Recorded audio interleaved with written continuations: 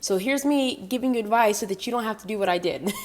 If you have no idea what to eat before your workout to actually see progress, then welcome to today's episode of the Beginner Gym Girl Guide. Okay, so I doubt anyone wants it to take 5+ years for them to reach their fitness goal, which is unfortunately what happened with me because I was hard-headed and I didn't want to take anybody's advice. So here's me giving you advice so that you don't have to do what I did. You're gonna hate me for this one because you've heard it before, but it's nutrition. Like, as soon as I tweaked my nutrition and started being on point, that's when I actually started seeing results. Okay, the formula is really simple. You don't have to overcomplicate it, and every single excuse that you could possibly have is bullshit. She's right about the excuses and the nutrition. However, let's reframe the 5-year timeline panic. Fitness is a lifelong journey. It's what we do for the rest of our lives. But yes, you do want to reach your baseline goals as efficiently and quickly as possible, because building muscle and losing fat is incredibly hard. But maintaining it, it's easy. It takes fraction of the effort. Your body wants to stay where it is. That works against you on the way up, but it works for you once you arrive. So, two, a lot of you aren't training hard enough in the gym. I wasn't training hard enough at the gym. It's not enough just to do 3 sets of 10 and be like, oh my God, yes, I feel great. If you're not training closer to failure, I promise you're not gonna make any progress in the gym, and that's going to affect your overall fitness journey. Because the only thing you're doing right now by doing 3 sets of 10 with 8 exercises is, burning some calories. The third thing is that you guys need to follow a program. You can't keep coming in the gym and doing a whole bunch of different exercises from all these different pages and programming and people's Instagram or whatever and think that you're gonna see results like that, because it doesn't work like that. Get you a program, even if you have to pay for it. They're like $20-30. Do it for 4 to 6 weeks, and then do another program and make sure that you're progressively overloading on those. And if you don't know what that means, just comment down below and I'll try to make a separate video about it. First part is true. If your last rep looks and feels exactly like your first rep, you aren't training. You need to give your muscles a reason to adapt. But the second part, do a program 4 to 6 weeks and then do another one, is wrong. 6 weeks is not enough time for your nervous system to adapt and to progressively overload. So not 6 weeks, do a program for years. Or just pick 4 or 5 basic exercises and do them forever. Even less for smaller muscle groups. The only time you should tweak something is when you have completely maxed out your progression, when you cannot progress in weight, reps or volume, but your peak is nowhere near what you think it is. So when you finally do plateau, maybe a year or 2 down the line, you don't throw the whole program away. You change a small thing, you change an angle, slightly change the rep range, change a grip width, swap a standard deadlift for RDL or an overhand row for underhand row. Keep what works, stick to the basics, because a new program would only tell you to do front raises or reverse bicep cable curls. We don't want that. Okay, so this one's kind of plays off of number 1. 9 times out of 10, and this specifically goes towards my ladies, you're probably not eating enough. 1,200 calories 9 times out of 10 is not enough, okay? It's just not gonna cut it. If you are trying to build lean muscle mass in the gym, you need energy to do that, and 1,200 calories more than likely is not enough. And if you guys want more content like this, just drop a like or a comment down below, and I'll make sure that I'll make more videos, because I have a whole bunch of other tips for you guys. The 1200 calorie myth, but context is everything. If you're 700 pounds, you honestly don't even need a 1200 calories. You need to fast, walk and listen to your doctor.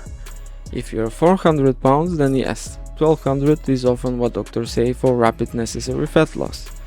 But if you're just a relative average person trying to lose the last dozen pounds and build some muscle, then she's right.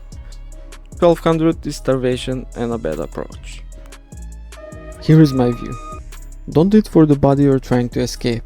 Find out the maintenance calories of your goal weight, whether that's 2000 or 2500, and start eating for the body you want to live in. Enough protein and fiber, and low carb if you can.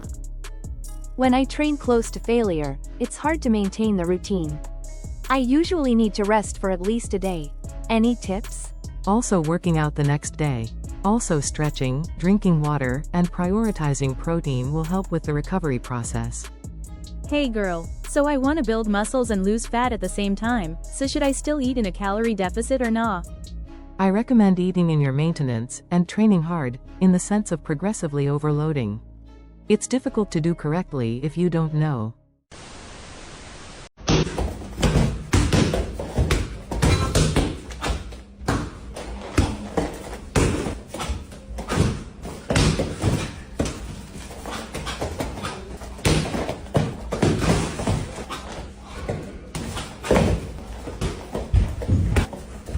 When you're playing Mortal Kombat but don't know how to use the controller. The dude in front is an oldest child. The guy in the back is the second child. I will not be elaborating.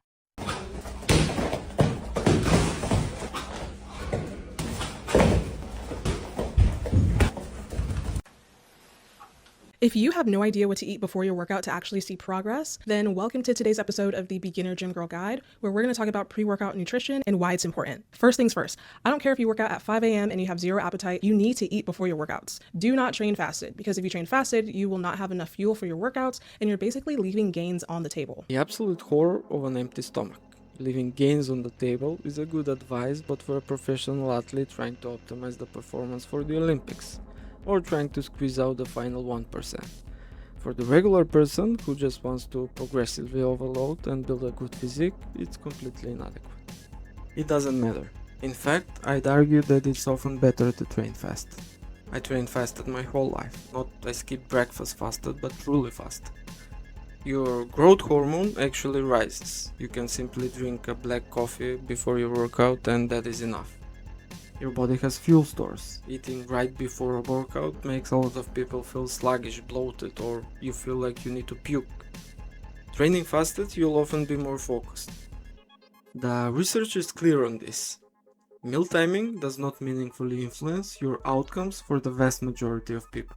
Just eat enough protein over the course of the day. Forcing down food when your body is begging you not to doesn't give you energy. So a plain black coffee is enough.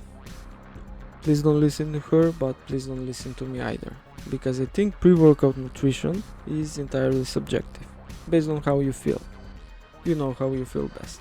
Before we talk about what to eat before your workouts, let's talk about what not to eat. A couple things you don't want to eat is anything super high in protein, high in fiber, or high in fats. The reason why you don't want to eat foods in either of those categories is because those foods take a long time to digest. And if your food takes a long time to digest, it kind of just sits in your stomach and it can make you feel sluggish or bloated. So if you shouldn't eat foods high in protein, fats, or fiber, what should you eat before your workout? Before your workouts, you want to prioritize foods that are high in carbs. The reason why you want to eat foods high in carbs right before your workouts is because carbs contain glucose, and glucose is just a form of energy that gets converted into glycogen, which is the energy that's stored in muscles. Let's look at the bigger picture.